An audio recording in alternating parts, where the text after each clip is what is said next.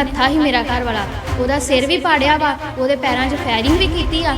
ਇਹ ਚੂਨ ਜਾਬ ਦਾ ਲੱਗਾ ਵਾ। ਇਹਨਾਂ ਕੋਲ ਘੱਟੋ ਘੱਟ ਪਤਾ ਨਹੀਂ ਕਿੰਨੇ ਸੰਦ ਹੀ, 150-200 ਗੋਲੀ ਚਲਾਈ ਇਹਨਾਂ ਨੇ। ਸਾਡੇ ਘਰੇ ਪ੍ਰਾਹੁਣਾ ਆਇਆ ਸੀ, ਸਾਡਾ ਰਿਸ਼ਤੇਦਾਰ ਹੀ ਕੋਈ, ਤੇ ਉਹਦੇ ਗੋਲੀ ਵੱਜ ਗਈ ਛਡਾ 'ਚ। ਉਹ ਜਦੋਂ ਛਡਾਉਂਦਾ ਸੀ ਤੇ ਇਹਨਾਂ ਨੇ ਥੱਲਿਓਂ ਫਾਇਰ ਕੀਤਾ ਤੇ ਉਹਦੇ ਵਿਚਾਰੇ ਦੇ ਮੁੰਡੇ ਤੇ ਗੋਲੀ ਲੱਗ ਗਈ ਤੇ ਉਹ ਥਾਂ ਤੇ ਹੀ ਪੂਰਾ ਹੋ ਗਿਆ। ਭਾਵੇਂ ਕਿ ਚੋਣ ਜਾਬਤਾ ਲਗਾ ਦਿੱਤਾ ਗਿਆ ਅਤੇ ਭਿੱਖੀਵਿੰਡ ਪੁਲਿਸ ਪ੍ਰਸ਼ਾਸਨ ਵੱਲੋਂ ਸ਼ਰਾਰਤੀ ਅਨਸਰਾਂ ਨੂੰ ਸਿਰ ਨਾ ਚੁੱਕਣ ਦੇਣ ਦੇ ਲੱਖਾਂ ਹੀ ਦਾਅਵੇ ਕੀਤੇ ਜਾ ਰਹੇ ਨੇ, ਪਰ ਇਹਨਾਂ ਦਾਅਵਿਆਂ ਦੀ ਪੋਲ ਉਸ ਵਕਤ ਖੁੱਲਦੀ ਨਜ਼ਰ ਆਈ ਜਦੋਂ ਚੋਣ ਜਾਬਤੇ ਦੀ ਉਲੰਘਣਾ ਕਰਦਿਆਂ ਭਿੱਖੀਵਿੰਡ ਪਿੰਡ ਦੇ ਇੱਕ ਘਰ ਅੰਦਰ ਕੁਝ ਨੌਜਵਾਨਾਂ ਵੱਲੋਂ ਸ਼ਰੇਆਮ ਗੋਲੀਆਂ ਚਲਾ ਕੇ ਇੱਕ ਨੌਜਵਾਨ ਨੂੰ ਮੌਤ ਦੇ ਘਾਟ ਉਤਾਰ ਦਿੱਤਾ ਗਿਆ।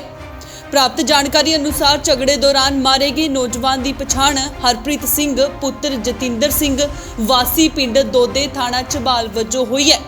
ਉੱਥੇ ਹੀ ਇਸ ਸੰਬੰਧੀ ਜਾਣਕਾਰੀ ਦਿੰਦਿਆਂ ਪੀੜਤ ਪਰਿਵਾਰ ਦੇ ਜੀ ਮਨਦੀਪ ਕੌਰ ਪਤਨੀ ਗੁਰਪ੍ਰੀਤ ਸਿੰਘ ਉਰਫ ਗੋਪੀ ਨੇ ਦੱਸਿਆ ਕਿ ਬੀਤੇ ਦਿਨੀ ਮੰਗਾ ਅਤੇ ਭੋਲੂ ਨਾਮਕ ਗੁਆਂਢੀ ਨੌਜਵਾਨਾਂ ਨੂੰ ਭਿੱਖੀਵਿੰਡ ਪੁਲਿਸ ਦੇ ASI ਜੱਸਾ ਸਿੰਘ ਨੇ ਸਮੈਕ ਅਤੇ ਕੰਡੇ ਸਮੇਤ ਗ੍ਰਿਫਤਾਰ ਕੀਤਾ ਸੀ, ਪਰ ਸ਼ਾਮ ਵੇਲੇ ਉਹਨਾਂ ਦੋਵਾਂ ਨੌਜਵਾਨਾਂ ਨੂੰ ਭਿੱਖੀਵਿੰਡ ਪੁਲਿਸ ਨੇ ਛੱਡ ਦਿੱਤਾ। ਮਨਦੀਪ ਕੌਰ ਦਾ ਕਹਿਣਾ ਸੀ ਕਿ ਥਾਣੇ ਵਿੱਚੋਂ ਛੁੱਟ ਕੇ ਆਏ ਨੌਜਵਾਨ ਉਸਦੇ ਪਤੀ ਗੁਰਪ੍ਰੀਤ ਸਿੰਘ ਉਰਫ ਗੋਪੀ ਦੇ ਗਲ ਪੈ ਗਏ ਅਤੇ ਉਸਦੇ ਪਤੀ ਨੂੰ ਭਾਰੀ ਸੱਟਾਂ ਲਗਾ ਦਿੱਤੀਆਂ। ਮਾਮਲਾ ਕੋਈ ਨਹੀਂ ਵੀਰ ਜੀ, ਮਾੜੀ ਜੀ ਲੜਾਈ ਹੋਈ ਆ। ਸਾਡੇ ਮਗਰ ਦੀ ਗਲੀ 'ਚ ਹੈਗਾ ਮੁੰਡਾ ਭਾਲੂ, ਉਹਨੂੰ ਸਵੇਰੇ ਖੜਿਆ ਮੁਲਾਜ਼ਮਾਂ ਨੇ ਫੜ ਕੇ। ASI ਜੱਸਾ ਸਿੰਘ ਆ। ਕਿਸ ਕੇਸ ਦੇ ਵਿੱਚ ਖੜਿਆ? ਉਹ ਉਹਨਾਂ ਨੇ ਖੜਿਆ ਵੀ ਉਹਦੇ ਕੋਲ ਕੋਈ ਸਮੂਗ ਫੜੀ ਗਈ ਆ। ਉਹਨੂੰ ਸਵੇਰੇ ਲੈ ਗਏ ਆ ਤੇ ਸ਼ਾਮਾਂ ਨੂੰ ਉਹਨੂੰ ਛੱਡਦਾ ਵੀਰ ਜੀ।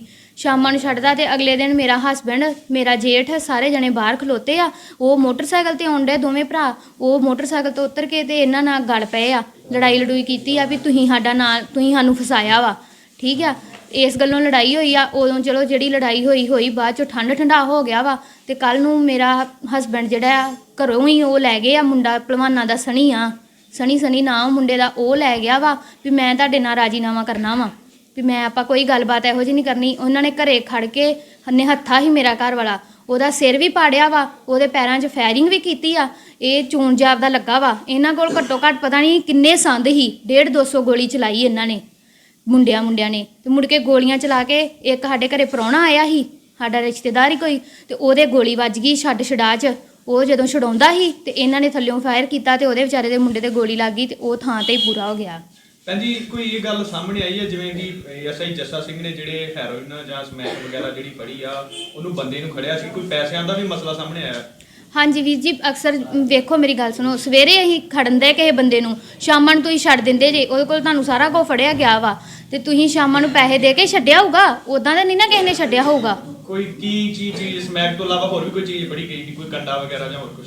ਹਾਂਜੀ, ਫੜਿਆ ਗਿਆ ਉਹਨਾਂ ਕੋਲ ਸਾਰਾ ਕੁਝ। ਚੋਣ ਜਾਬਤਾ ਲੱਗਾ ਹੈਗਾ, ਪੁਲਿਸ ਹਾਲਾਂਕਿ ਕਹਿ ਰਹੀ ਆ ਕਿ ਜਿਹੜੇ ਹਥਿਆਰ ਆ ਲਗਾਤਾਰ ਹੀ ਜਿਹੜੇ ਜਮ੍ਹਾਂ ਕਰਵਾ ਲਏ ਗਏ ਆ, ਕੋਈ ਵੀ ਜਿਹੜਾ ਸ਼ਰਾਰਤੀ ਅੰਸਰ ਆ ਉਹਨੂੰ ਖੰਗਾ ਨਹੀਂ ਦਿੱਤਾ ਜਾਵੇਗਾ।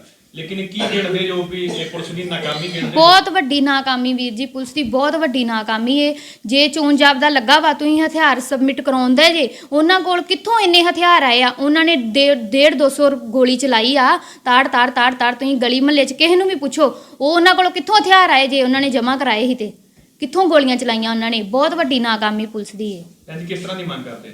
ਅਸੀਂ ਇਨਸਾਫ ਦੀ ਮੰਗ ਕਰਦੇ ਹਾਂ ਵੀ ਉਹ ਜਿਹੜਾ ਵੀਰ ਸਾਡਾ ਮਰਿਆ ਉਹਦੇ ਲਈ ਵੀ ਅਸੀਂ ਇਨਸਾਫ ਦੀ ਮੰਗ ਕਰਦੇ ਹਾਂ, ਤੇ ਜਿਹੜਾ ਸਾਡੇ ਨਾਲ ਧੱਕਾ ਹੋਇਆ ਅਸੀਂ ਉਹਦੇ ਲਈ ਵੀ ਇਨਸਾਫ ਦੀ ਮੰਗ ਕਰਦੇ ਹਾਂ। ਤੇ ਉਹਨਾਂ ਨੂੰ ਅਸੀਂ ਇਹ ਚਾਹਾਂਗੇ ਵੀ ਵੱਧ ਤੋਂ ਵੱਧ ਸਜ਼ਾ ਮਿਲੇ, ਜਿਹੜਾ ਉਹ ਗਾਂ ਤੋਂ ਸਿਰ ਨਾ ਚੁੱਕ ਸਕਣ ਇਹੋ ਜਿਹੇ ਸ਼ਰਾਰਤੀ ਅਨਸਰ। ਗੋਲੀ ਉਹ ਜੀ ਇਹਨਾਂ ਦੇ 2-3 ਦਿਨਾਂ ਤੋਂ ਕੋਈ ਚੱਲਣ ਡੇ ਸੀ ਖੁੰਦਕ। ਅੱਛਾ ਜੀ।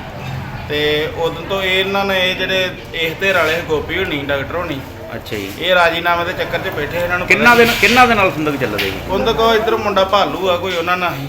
ਅੱਛਾ ਜੀ। ਤੇ ਉਹ ਨਾ ਇਹ ਬੈਠੇ ਸੀ ਵੀ ਰਾਜੀਨਾਮੇ ਦੇ ਚੱਕਰ 'ਚ ਇਹਨਾਂ ਨੂੰ ਕਦੇ ਕਿਹਾ ਕੋਈ ਰਾਜੀਨਾਮਾ ਹੋ ਜੇ, ਤੇ ਵੀ ਕਹਿੰਦੇ ਚੱਲ ਦਿੰਦੇ ਆ ਰਾਜੀਨਾਮਾ ਹੋ ਜੇ। ਉਹ ਰਾਤੀ ਅਚਾਨਕ ਹੀ ਉੱਧਰੋਂ ਗੋਲ ਫਾਇਰਿੰਗ ਸ਼ੁਰੂ ਹੋ ਗਈ ਉਹਨਾਂ ਵੱਲੋਂ। ਇਹ ਦੂਜੇ ਡਾਕਟਰ ਵੱਲੋਂ ਕਿ ਦੂਸਰੀ ਸਾਈਡ ਵੱਲੋਂ? ਅੱਛਾ ਜੀ, ਦੂਜੀ ਤੇ। ਠੀਕ ਹੈ ਜੀ। ਤੇ ਆਪਣੇ ਵੀ ਆ ਵੇਖੋ ਗੇਟ 'ਚ ਗੋਲੀ ਵੱਜੀ, ਆਰ ਪਾਰ ਹੋਈ ਆ। ਅੱਛਾ ਜੀ। ਤੇ ਜੇ ਗੋਲੀ ਮੰਨ ਲਓ 2-4 ਫੁੱਟ ਠਾਂ ਵੱਜ ਜਾਂਦੀ, ਆਪਣਾ ਮੁੰਡਾ ਗਾੜੀ ਅੰਦਰ ਕੰਮ ਕਰਨ ਲਿਆ। ਅੱਛਾ ਜੀ। ਤੇ ਉਹ ਸਾਡਾ ਨੁਕਸਾਨ ਹੋ ਜਾਂਦਾ, ਫਿਰ ਉਹਦਾ ਕੌਣ ਜ਼ਿੰਮੇਵਾਰ ਹੈ? ਠੀਕ ਹੈ। ਤੇ ਇਸ ਕਰਕੇ ਚਲੋ ਹੋਇਆ ਤਾਂ ਮਾੜਾ ਜੋ ਵੀ ਹੋਇਆ। ਠੀਕ ਹੈ। ਇਹ ਨਹੀਂ ਹੋਣਾ ਚਾਹੀਦਾ। ਚਲੋ ਜੇ ਇੱਕ ਤਾਂ ਇਹਦੇ ਰਾਜੀਨਾਮੇ ਨੂੰ ਹੀ ਸਹਿਮਤ ਤੇ ਰਾਜੀਨਾਮਾ ਹੋ ਜਾਣਾ ਚਾਹੀਦਾ ਹੈ। ਇਹਦੇ ਵਿੱਚ ਕਿੰਨੇ ਬੰਦਿਆਂ ਨੂੰ ਭਾਜੀ ਗੋਲੀ ਲੱਗੀ ਹੈ?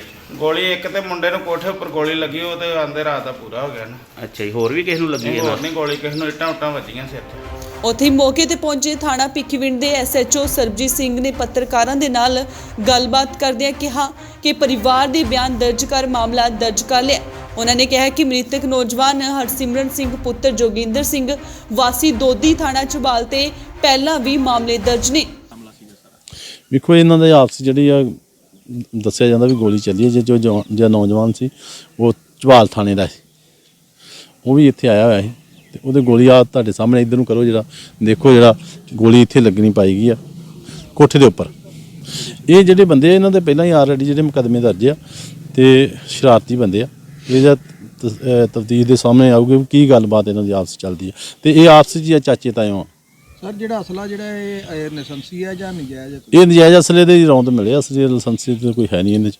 ਜਿਹੜੇ ਨਜਾਇਜ਼ ਅਸਲਾ ਕੋਈ ਇਹੋ ਜਿਹਾ ਮਾਮਲਾ ਨਹੀਂ ਹੈਗਾ, ਨਾ ਕਿ ਇਹਨੂੰ ਫੜਿਆ ਨਾ ਕਿ ਇਹਨੂੰ ਛੱਡਿਆ।